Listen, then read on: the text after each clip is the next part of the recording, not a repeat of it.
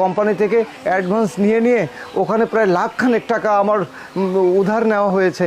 আর এখন আমি আবার কোম্পানির কাছ থেকে টাকা কিভাবে নেব, এটা সম্ভব না। আর যে টাকা আমি পাই সে টাকা তো প্রতি মাসে তোমাকে আমি গ্রামের বাড়িতে আগেই পাঠিয়ে দিই। আমার কাছে তো সামান্য কিছু টাকা থাকে, এটা দিয়ে আমি খুব কষ্ট করে চলি। হ্যাঁ হ্যাঁ, শোনো, তুমি চিন্তা করো না, আমি দেখি কি করা যায়। আচ্ছা ঠিক আছে, ফোন রাখো। হ্যাঁ। হে খোদা, আমি এখন কি করি? বাচ্চা হসপিটালে, আমার মাথায় আর কাজ করছে না।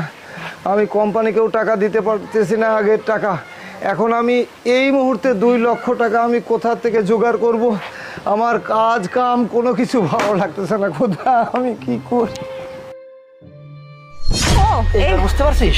এই ব্যাপার, তাহলে তো এই টাকাটা তুই লোকটাকে এমনি দিলেই পারতিস। আসলে ওনাকে যদি আমি সরাসরি টাকাটা দিতাম উনি কোনোদিনও নিত না, আর সরাসরি দ্বিতীয় যদি দিতাম তাহলে ওনাকে অপমান করা হতো, উনি নিজেকে অপমান বোধ করতেন। উনি এমন একজন মানুষ নিজের সততাকে এমনভাবে ধরে রেখেছে, নিজে মরে যাবে তবুও